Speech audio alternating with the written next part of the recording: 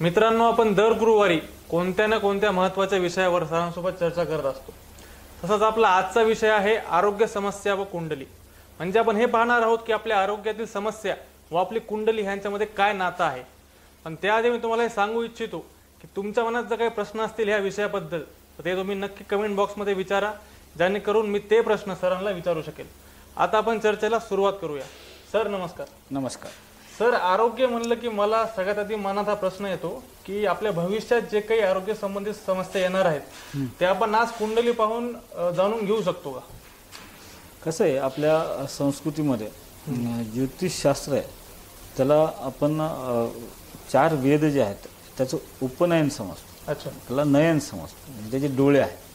म्हणजे भविष्यात घडणाऱ्या गोष्टीचे संकेत जाणून घेण्यासाठी ज्योतिषशास्त्राचा आपण वापर करत असतो.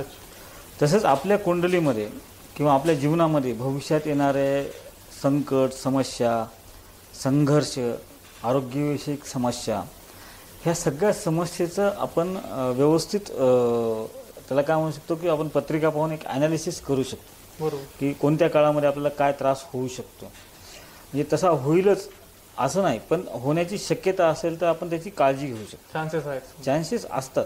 तर त्यावेळेला जर आपण काही उपाय केले किंवा काही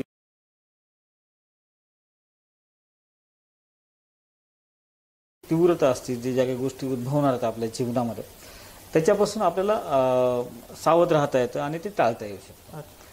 आरोग्यविषयक समस्या काय कारण काय की आपल्या कुंडलीमध्ये 12 स्थान आहेत. हो. प्रत्येक स्थानाचं एक महत्त्व आहे.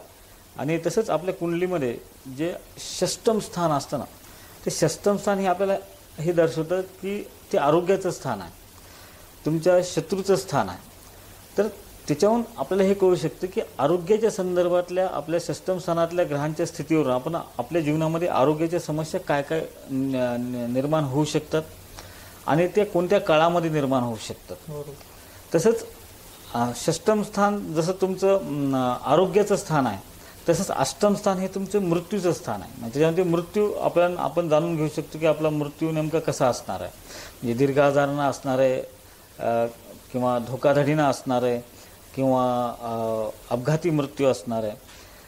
असे कोणत्या गोष्टी आहेत, ह्या सगळ्या गोष्टी आपण षष्टम स्थान, अष्टम स्थान या स्थानातल्या ग्रहांची स्थिती, त्याच्यात बसलेले ग्रह, तिथले स्वामी कोणत्या ग्रहाच्या सानिध्यात आहेत, त्यासोबतच वर्तमान स्थितीत तुमची ग्रहांची स्थिती कशी येणार आहे आणि त्यानुसार समस्या निर्माण होऊ शकतात. तर हे आपल्या पत्रिकेवरून आपण चांगल्या प्रकारे जाणून घेऊ शकतो. सर, मग आपल्या कुंडलीत असे कोणते स्थान आहे जे आपल्या आरोग्याशी निगडीत असते? जसं मी आता सांगितलं की आरोग्याशी संबंधित सगळ्यात महत्त्वाचं स्थान म्हणजे षष्टम स्थान आहे. की षष्टम स्थान हे आपल्याला आरोग्य दाखवतं. तर आरोग्य जेव्हा आपण षष्टम स्थानाचा आपण कुंडलीतून विचार करत असतो त्यावेळेला एक कळतं की षष्टम स्थानामध्ये कोणते ग्रह बसलेले आहेत आणि त्या ग्रहाचा नेमकं काय संबंध येतो. तसं पाहायला गेलं तर ज्योतिषशास्त्रामध्ये आपण पाहतो की कोणताही आजार जो असतो ना, त्यासाठी एक महत्त्वाच्या गोष्टी आहेत की एक वात, आपण नाडी जेव्हा चेक करतो, कोणाची वात प्रकृती असते, कोणाची कफ प्रकृती असते, कोणाची पित्त प्रकृती असते. बरोबर. तसंच आपल्या ज्योतिषशास्त्रामध्ये सुद्धा आद्य, मध्य आणि अंत्य अशा 3 नाड्या आहेत. तर ह्याच्यावरून कळतं की कोणत्या व्यक्तीची प्रकृती कशी आहे, त्याची वात प्रकृती आहे. आणि हे 3च गोष्टी अशा आहेत की त्या तुमच्या शरीरामध्ये आजार निर्माण करत असतात. वात असेल, पित्त असेल, कफ असेल, ह्या 3 गोष्टी आहेत की तुमच्या शरीरामध्ये ह्या तिन्हीपासूनच कोणताही आजार निर्माण होतो. बरोबर. की ॲसिडिटी, पित्त जास्त वाढलं तर त्याच्यामुळे अल्सर किंवा कॅन्सरसारखे असे आजार होतात. कफ असेल तर त्यानुसार सर्दीचे किंवा TB सारखे आजार अशी उत्पन्न होतात. तर ह्या सगळ्या गोष्टी ह्या वात, पित्त आणि कफ याच्यावर डिपेंड आहेत. कोणताही आजार असो तर तो आजार नेमका तुमच्या प्रकृतीमध्ये, एक तर तुमची रास कशी आहे, तुमची राशीचा स्वभाव काय, तो कोणत्या प्रकृतीची आहे, म्हणजे वात, पित्त आणि कफ याच्यातल्या कोणत्या कॅटेगरीमध्ये ती येते. त्यासोबतच तुमच्या जन्मलग्न कुंडलीमध्ये तुमच्या षष्टम स्थानाशी संबंधित ग्रह कोणते कसे बसलेले आहेत आणि गोचरीमध्ये म्हणजे वर्तमान स्थितीमध्ये त्या ग्रहांचा काही संबंध येतो का. किंवा समजा तुमच्या षष्टम स्थानामध्येचा स्वामी मंगळ आणि मंगळ स्वतः षष्टम स्थानामध्ये आहे तर अशा वेळेला मंगळामुळे तुम्हाला रक्ताच्या किंवा शस्त्रक्रियेच्या गोष्टी जास्त घडतात तुमच्या जीवनामध्ये. अच्छा. म्हणजे छोटे मोठे अपघात, छोटे मोठे शस्त्रक्रिया ह्या तुम्हाला जास्त कराव्या लागतात. तर त्या किंवा रक्ताशी संबंधित काही गोष्टी पण त्याच्यामध्ये निर्माण होतात. तर त्या गोष्टी मग कधी निर्माण होऊ शकतात की ते जन्मलग्न कुंडली तर ही जन्मताच तयार झाली असते, म्हणजे जन्मताच ते असेल का असं काही नसतं.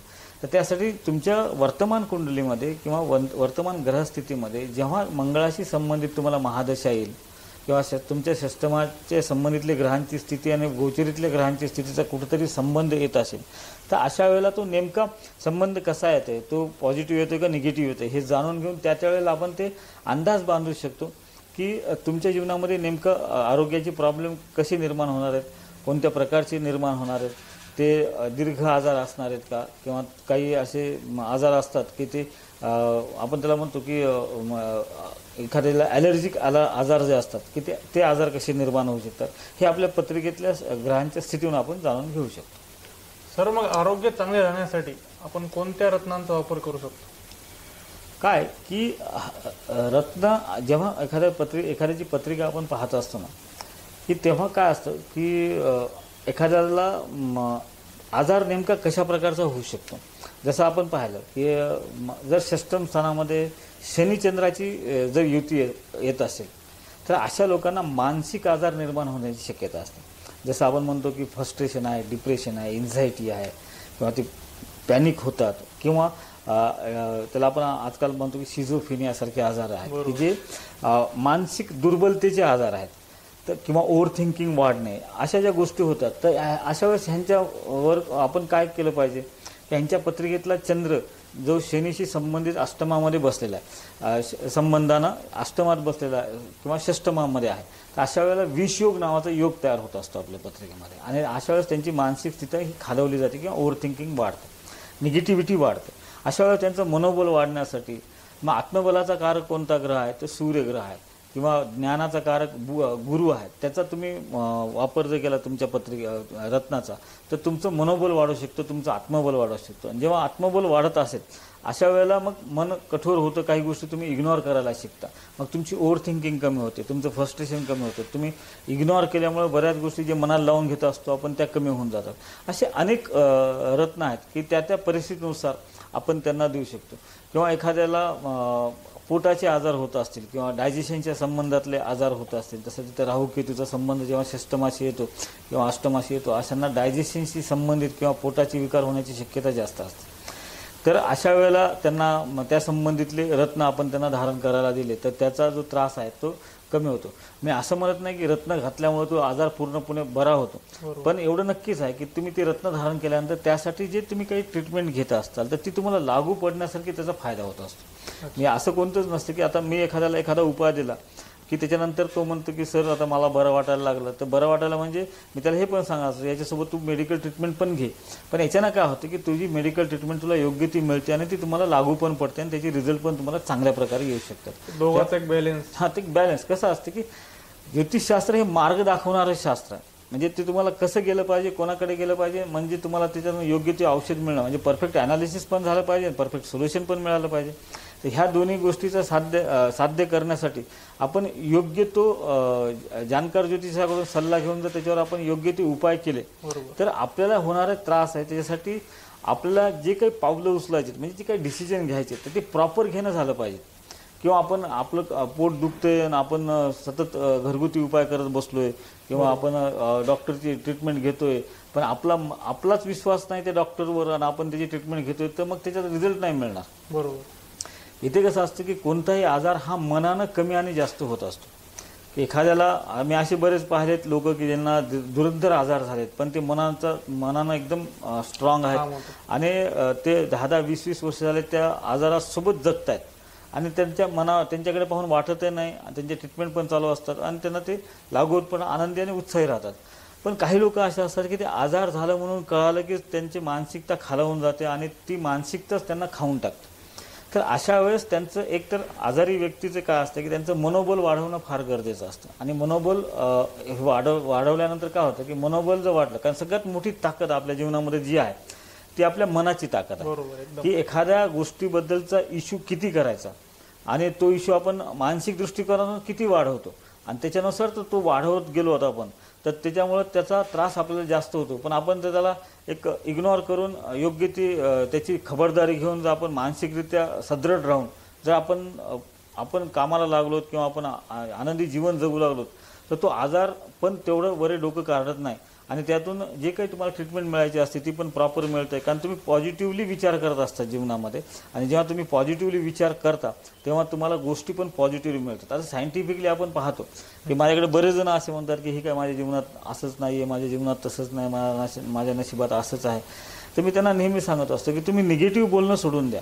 किंवा सायन्सचा एक आपण नियम आहे किंवा लॉ असं म्हणू शकतो की तुम्ही जे स्पेसमध्ये सोडता तेच फिरून तुमच्याकडे येत असतं. जर तुम्ही सतत म्हणत असताल, स्वतःबद्दलच वाईट चिंतत असताल, वाईट विचार करत असताल, वाईट बोलत असताल, तर त्याच गोष्टी तुमच्या जीवनामध्ये घडणार आहेत. जरी एखादी गोष्ट तुमच्या जीवनामध्ये आली आहे, ते भोग आहे, ते भोगावंच लागणार आहे, त्याला कुठेही पर्याय नाही. ते परमेश्वराला सुद्धा, भगवंताला आणि देवाला सुद्धा भोगावं लागलं. आपण तर माणसं, पण तुम्ही जन्मल्या तर तुम्हाला काहीच नव्हतं. परमेश्वरानं तुम्हाला जेव्हा जन्म दिला तेव्हा तर तुम्ही व्यवस्थित होतात की तुम्हाला निरोगी परमेश्वरानं जन्म दिलेला आहे. बरोबर. आणि त्याच्यानंतर ज्या काही गोष्टी झाल्या त्या आपल्या कर्मानं झालेल्या आहेत, आपल्या वागण्यानं, आपल्या खाण्यानं, आपल्या कर्मानुसार त्या आपल्या जीवनामध्ये आपल्याला त्याचे परिणाम भोगावे लागतात. अशा वेळेला तुम्ही देवाला किंवा नशिबाला दोष देण्यापेक्षा आपलं जे काही चुकलं आहे त्याच्यातून चिंतन करून योग्य ते मानसिक मनोबल वाढून योग्य ती ट्रीटमेंट घेण्याचा आणि त्यातून ते योग्य मार्ग मिळण्यासाठी ज्योतिषशास्त्राचा वापर करून घेणं, मला वाटतं हे संयुक्तिक ठरू शकतं. मी असं कधीच दावा नाही करणार की ज्योतिषशास्त्राचे उपाय केल्यानंतर तुम्ही ह्या रोगातून तुम्ही एकदम कम्प्लिटली बरं होऊ शकता. पण त्या रोगातून बाहेर पडण्यासाठी, ती सहनशीलता वाढवण्यासाठी तुम्हाला आपल्या संस्कृतीतले जे काही यंत्र आहेत, मंत्र आहेत, तंत्र आहेत, रत्न आहेत, ह्याचा नक्कीच उपयोग होऊ शकतो. आणि ते जर योग्य वेळी योग्य जाणकार ज्योतिषाकडून आपण जर ते सल्ले घेतले तर आपल्या जीवनात येणारे जे काही आरोग्यविषयी समस्या असतील त्या समस्येवर मात करण्यासाठी आणि त्याच्यातून बाहेर पडण्यासाठी हे नक्कीच आपल्याला उपयुक्त पडू शकतं. नक्कीच सर. सर, मग हे जे ॲलर्जिक आजार आहेत हे कोणत्या ग्रहमानावरून कळतात आपल्याला? ॲलर्जिक आजार जे असतात ना, बऱ्याच जणाला, आता मी जर सांगितलं की वात, पित्त आणि कफ, याच्यानुसार काय असतं. आता काही लोकांच्या पत्रिकेमध्ये काय असतं की सूर्य आणि बुधाचा संबंध येतो की तो षष्टम स्थानाशी झाला तर अशा लोकांना स्किनचा प्रॉब्लेम येतो की त्यांना थोडे की स्किनला रॅशेस येणं, बारीक बारीक त्याला आपण पुटकुळ्या वगैरे म्हणतो असे होणं, किंवा ड्राय स्किन पडणं, किंवा स्किनला चट्टे येणं, अशा ज्या गोष्टी आहेत तर ते हे ॲलर्जिक आजार असे. काही गोष्टीच्या संपर्कात गेल्यानंतर त्या गोष्टी म्हणजे हीट वाढली, उष्णता वाढली, म्हणजे उन्हाळ्याच्या दिवसामध्ये ते आपण म्हणतो ना ते जास्तच खाज येते किंवा ड्राय होते स्किन, किंवा सतत त्रास होतो, किंवा लाल चेहरा पडतो, अशा ज्या गोष्टी असतात ते सूर्य आणि बुधाचा संबंध आल्यानंतर त्या गोष्टी होतात.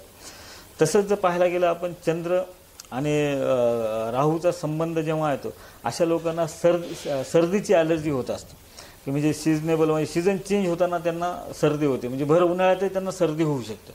तर ते धुळीची ॲलर्जी असणं, हवेची ॲलर्जी असणं, वातावरणाची थंड गोष्टीची ॲलर्जी असणं, किंवा काही गोष्टी खाण्यामुळे त्या गोष्टी घडतात तर त्याच्यामुळे ती कफ निर्माण होतो त्याच्यामुळं. आणि सूर्यमंगळाचे असेल तर उष्णतेचे, पित्ताचे, ॲसिडिटीचे अशा काही ॲलर्जिक प्रॉब्लेम होतात की काही गोष्टी खाल्ल्यामुळं त्या गोष्टीचा त्रास होतो. तर असे ॲलर्जिक गोष्टी ज्या असतात ना त्या तुमच्या ग्रहांच्या काही युती जी होतात, म्हणजे सूर्यबुधाची जशी मी युती सांगितली तर म्हणजे षष्टम स्थानाशी संबंध असेल तर अशा वेळेला तुम्हाला स्किनचे प्रॉब्लेम होऊ शकतात. काही लोकांना काय असतं, हा सूर्यबुध त्यांच्या जर समजा तृतीय स्थानामध्ये बसला असेल तर अशा, किंवा प्रथम स्थानामध्ये असेल सूर्य आणि बुध दोन्ही, आणि तिथे बुधाचा अस्त झाला असेल किंवा सूर्याच्या सानिध्यात बुध जवळ आला असेल तर अशा वेळेला त्यांना बोलताना अडथळतात. आपण म्हणतो ते अडखळत बोलतात, किंवा आपण जसं म्हणतो असं अडखळत बोलणं. तर अशा ज्या गोष्टी असतात, कारण वाणीचा कारक बुध आहे आणि बुध जेव्हा पापग्रहांनी युक्त येतो तेव्हा तो वाणीवर त्याचा प्रभाव टाकत असतो, तेव्हा तुमच्या बोलण्यातल्या स्पष्टतेवर त्याचे परिणाम होत असतात. तर अशा वेळेला तुमच्या बोलण्यामध्ये अडथळेपणा येणं आणि मग तेच न्यूनगंड बनतो की आपल्याला स्पष्ट बोलता येत नाही म्हणून न बोललेलंच चांगलं. मग ते असे मुलं किंवा जे कोणी असेल असे तर ते गुमसूम राहतात, ते पटकन चार माणसामध्ये मिसळत नाहीत, बोलत नाहीत, की फार जवळचे व्यक्ती असतील ज्यांना ह्यांच्या बाबतीत पूर्ण माहिती अशासोबतच ते बोलतात. नवीन वातावरणात गेल्यानंतर नवीन लोकांमध्ये गेल्यावर ते बोलण्याची मानसिकता नसते, त्यांना वाटतं की समोरचा काय समजतो आपल्याला. पण याच्यावर सुद्धा आपण मात करू शकतो, त्याच्यावर सुद्धा आपण ते काही ग्रहांचे जे उपाय आहेत ते करू शकतो आणि त्याच्यातून मग तुम्हाला सुचत जाईल किंवा तुमच्या मनामध्ये तुम्हाला एक मार्ग सापडत जातील की त्याच्यावर आपण पुढे काय केलं पाहिजे आणि त्यातून बाहेर कसं पडता येईल. नक्कीच सर, आपण पाहू शकतो की विज्ञान आणि ज्योतिषशास्त्र यांचा किती जवळचा संबंध आहे. सर आता आपल्याला काही प्रश्न आलेले आहेत. आपल्याला युट्यूबवर कौशिक विचारतायत की कॅन्सर, डायबिटीज आणि बीपी सारखे जे आजार आहेत ते कोणत्या ग्रहमानावरून कळतात. कसं आहे, आता हे कॅन्सर झालं, बीपी झालं, शुगर झालं, हे दीर्घकालीन आजार आहेत. बरोबर. आणि त्याच्यातले काही हे आजार जे आहेत की ते जीव घेणं आहे. आता जसं कॅन्सर आहे, आता कॅन्सरवर सुद्धा बऱ्याच प्रमाणामध्ये उपाय निघालेले आहेत.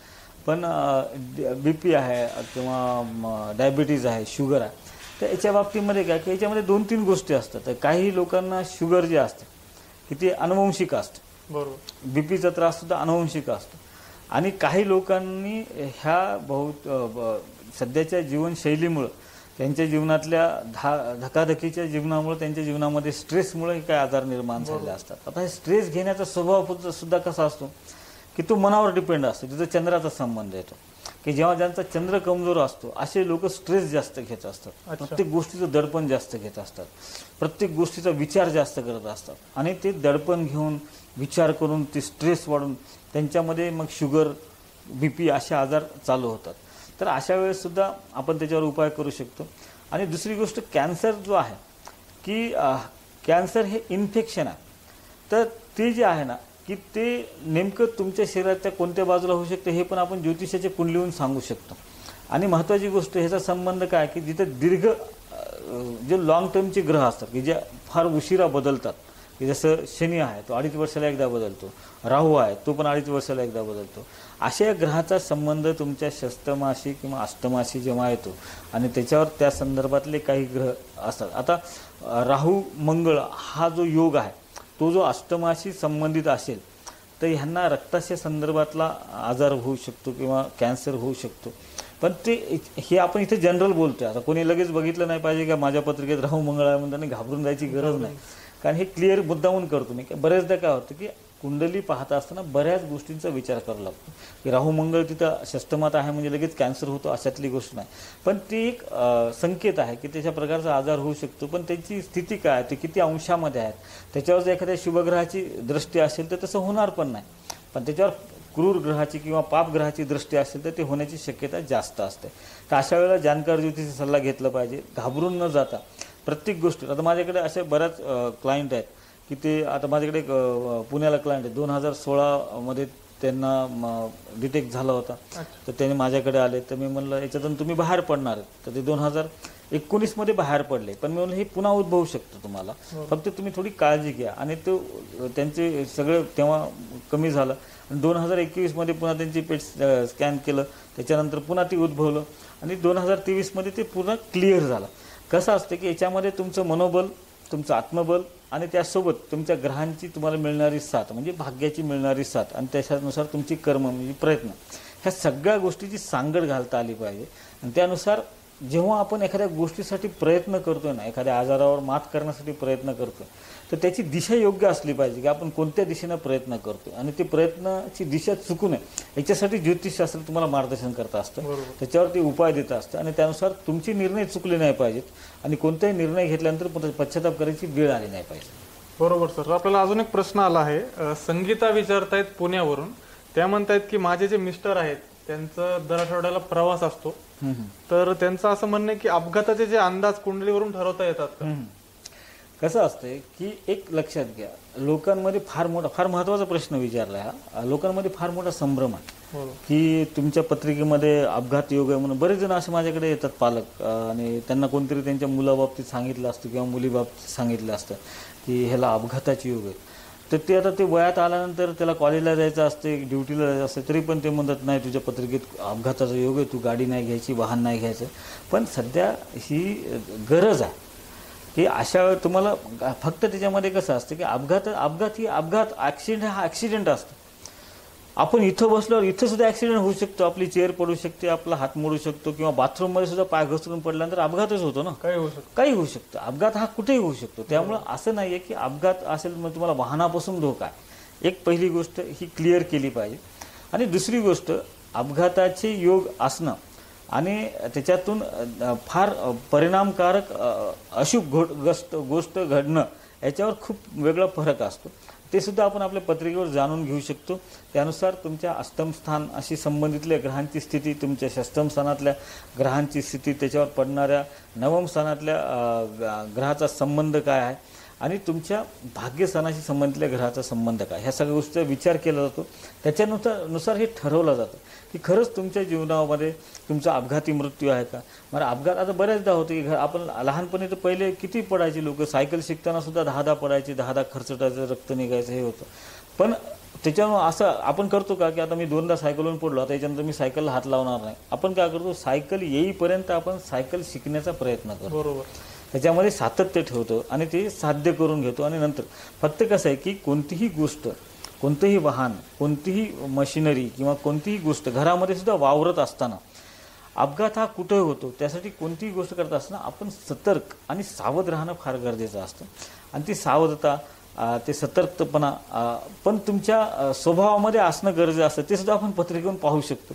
एखादा माणूस आपण म्हणतो काय वेंधळासारखा वागतो, एखादा माणूस त्याला चलता काहीतरी ठेस तरी लागते, हात हलवला तर हाताला तरी काय लागतं, हात वरे करायला जातो तर वरे पंख्याला तर पंखाला तरी लागतं. ह्या ज्या गोष्टी असतात की सतर्क राहून आपण आपल्या मुवमेंट करणं, सोबतच वाहन चालवत असताना आपण सतर्क आणि सावधपणे ते वाहन चालवणं, ह्या सगळ्या गोष्टी तेवढ्याच महत्त्वाच्या असतात. आणि ती सतर्कता येण्यासाठी तुमचं मन स्थिर होणं फार गरजेचं असते आणि तुमची बुद्धी ही स्थिर असणं गरजेचं असतं. तर बुद्धीचा कारक हा बुध आहे, चंद्र हा मनाचा कारक आहे आणि ज्ञानाचा कारक गुरु आहे. ह्या तिन्ही ग्रहांची सांगड व्यवस्थित घालता आली पाहिजे. आणि ते ग्रहांची जर सांगड घातली तर आपल्या जीवनामध्ये अशा जे काही असतर्कतेमुळं किंवा आपल्या अतिघाईमुळं जे काही निर्णय चुकतात किंवा अपघात होतात, अशी घटना आपल्या जीवनामध्ये घडतात, तर ते आपण टाळण्याचा प्रयत्न करू शकतो. नक्कीच सर. सर, आपला अजून एक प्रश्न आला आहे, निशान विचारतायत कल्याणवरून. त्यांचा असं म्हणजे फार इंटरेस्टिंग प्रश्न त्यांनी विचारलाय की वर्तमानातील ग्रहमानावरून काही आजार उद्भवू शकतात का. तुम्ही इंटरेस्टिंग म्हणल्यावर खरंच इंटरेस्टिंग प्रश्न आहे तो. महत्त्वाची गोष्ट काय माहिती का की आपण एखाद्या गोष्टीचं जेव्हा करतो ना, तेव्हा त्याच्यामुळे बऱ्याच गोष्टी अशा घडतात की ज्या घडायला नव्हत्या पाहिजे, नसतात. आता आपण पाहतो की आता कालच्या 1 मेला गुरु बदलणार होता. आपला पण व्हिडिओ गेला, पण आपण 1 तारखेच्या नंतर टाकला तो व्हिडिओ. आणि त्याच्यासोबतचे रीलसुद्धा आपण 1 तारखेच्या नंतर टाकल्या. कारण काय माहिती का की काही लोकांनी 8-10 दिवस आधीपासून ते रील टाकायला सुरुवात केली, ती व्हिडिओ टाकायला सुरुवात केली. आणि त्याच्यामुळे अनेक लोकांचे फोन आले मला की आता गुरु बदलतोय, माझ्या ह्या वर्षात माझ्या नशिबात काय आहे, मग गुरु ह्या पायाने येतो, त्या पायाने येतो, मग काय होतं, मग नेमकं काय होतं. पॅनिक झाले की जेव्हा आपण पॅनिक होतो ना की तेव्हा सिली मिस्टेक जास्त करत असतो. बरोबर. तर त्यासाठी आधी एकतर पॅनिक नाही व्हायचं. ग्रहाचा तो स्वभाव आहे, तो त्याचे भ्रमण हे चालू असतं. त्यावेळेला तुमचे कर्म जर चांगले असतील तर तुम्हाला घाबरायची काहीच गरज नाही. बरोबर. आणि दुसरी गोष्ट, जर ग्रह खराब येतो, खराब ग्रह कधी त्रास देत असतो की जेव्हा तुम्ही तुमच्या काही गोष्टी सोडून अनैतिकपणानं काही गोष्टी करत असताल, वागत असताल, तर अशा वेळेला तुम्हाला त्या ग्रहांचा त्रास होत असतो. पण तुमच्यामध्ये जर नम्रता असेल, तुमच्यामध्ये जर पवित्रता असेल, तुमच्यामध्ये जर मांगल्य असेल, तुमच्यामध्ये जर धार्मिकता असेल, तुमच्यामध्ये जर सत्यता असेल, तर तुम्हाला कोणत्याही ग्रहाला घाबरायची गरज नाही. फक्त तुमच्यातले सत्यता, मांगल्य, धार्मिकता आणि नम्रता ह्या गोष्टी तुम्ही जपून ठेवल्या पाहिजेत. सगळ्यात गोष्ट, कोणताही ग्रह अहंकारी व्यक्तीला त्रास देत असतो. त्यासाठी अहंकाराला आपण थारा दिला नाही पाहिजे, नम्रतेनं वागलं पाहिजे. आणि दुसरी गोष्ट राहिली प्रश्न की ग्रहांचे परिणाम कसं आहे की ते भोग असतात, ते भोगावेच लागतात. ते देवाला चुकले, आपण माणसं आहेत. फक्त त्याची तीव्रता आपल्या कर्मानुसार आपण कमी करू शकतो. त्यासाठी हे गुण जे मी 4 सांगितले, सत्यता, मांगल्य, धार्मिकता आणि नम्रता, हे 4 गुण तुमच्यामध्ये असतील तर तुम्हाला तुमचे कर्म यानुसार असतील तर तुम्हाला त्याचा तेवढ्या प्रमाणात त्रास होत नाही. आपण म्हणलं ना एखादा ग्रह अशुभ आहे, त्याच्यामुळे तुझा पाय तुटण्याची शक्यता आहे, तर त्यावेळेला तुमचे कर्म चांगले असतील, तुमच्यामध्ये हे 4 गुण असतील, तर तुमच्या पायाला इजा होणार नाही अशातली गोष्ट नाही. पण त्याची तीव्रता असेल की फक्त ती ठेस लागेल, नखच निघून जाईल तुमचं. त्याच्यानं फार मोठं काही तुमचं नुकसान नाही होणार, थोडा वेदना होऊ शकतात आणि त्याच्यानं तुम्ही पुढे जाऊ शकतात. पण तुमचे कर्म चांगले नसतील तर तुम्हाला त्याचे परिणाम खूप भोगावे लागतात, मोठ्या प्रमाणामध्ये भोगावे लागतात. तर ते टाळण्यासाठी आपले कर्म चांगले ठेवा. आणि त्यासोबतच कोणताही ग्रह जेव्हा अशुभ येतो त्यावेळेस गोचरीमध्ये असेल, वर्तमान स्थितीमध्ये असेल, तर अशा वेळेला आपण त्या त्या ग्रहाची उपासना, त्याचा मंत्र आहे, त्याची यंत्र असतात किंवा त्याची रत्न असतात, आपण ते जर धारण केले. आणि कसं आहे की मग आपल्याला माहिती आहे की अशी गोष्ट आहे, अशी एखादी गोष्ट जी आपल्याकडे येते आहे आणि त्याच्यामुळे आपल्याला त्रास होऊ शकतो ना, ती बलाढ्य गोष्ट आहे ना, आपण त्याच्यासोबत युद्ध नाही करू शकत, तर तेव्हा आपण त्याला शरण गेलेलं कधी पण चांगलं असतं. कधी कधी लांब उडी मारण्यासाठी 2 पावलं मागे सरकवलं. बरोबर. हां, आपण तिथं जर काय करतो माझं हे असं मला अहंकार म्हणलं की तो मग जास्त दाखवतो, इगोमध्ये नाही आणलं पाहिजे. इगोमध्ये. तो एखादा गुरु अशुभ आहे तर गुरुची उपासना चालू करा, त्याला त्याच्यासमोर शरण जा, तर त्रास कमी होतो.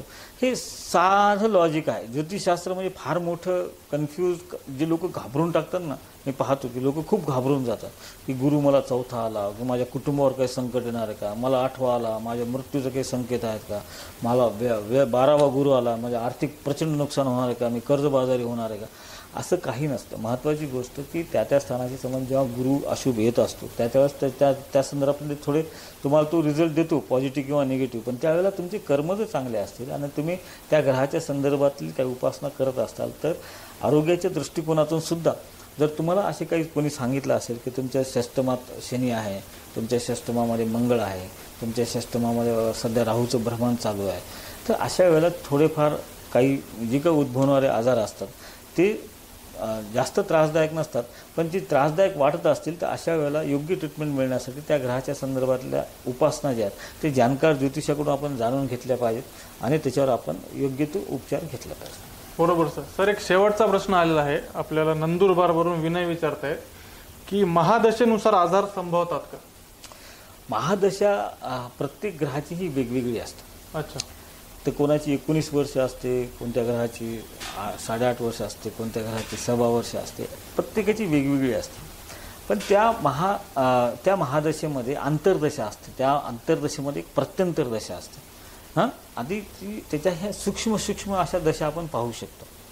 फक्त काय असतं की एखाद्या महादशेमध्ये तुमचा महादशेमध्ये एखादी आंतरदशा चालू आहे आणि त्याचा संदर्भ तुमच्या त्या ग्रहाचा संबंध तुमच्या षष्टमाशी येतो किंवा अष्टमाशी येतो, अशा वेळेला त्याच्या संदर्भातले आजार तुम्हाला निर्माण होऊ शकतात.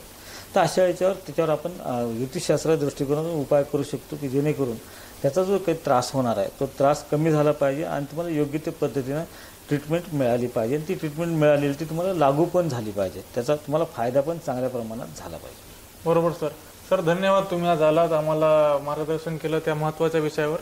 मित्रांनो, आपण आता पुढच्या गुरुवारी भेटणार. मला एक सांगायचं याच्यामध्ये सगळ्यात महत्त्वाची गोष्ट की जाता जाता प्रेक्षकांना एक सांगायचं की कोणताही आजार किंवा कोणतंही संकट हे आपल्यापेक्षा मोठं नसतं, आपण त्याला मोठं बनवत असतो. आणि आजकालच्या ह्या धकाधकीच्या जीवनात भौतिक सुखाच्या आपण सगळेजण मागे लागलेलो आहोत आणि याच्यासाठी आपण स्वतःला दोष देतो.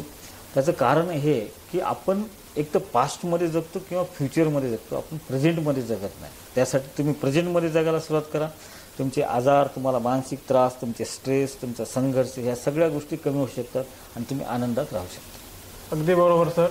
मला आशा आहे की तुमच्या या म्हणजे शेवटच्या काही वाक्यांमुळे खूप लोकांना आत्मविश्वास आला असेल.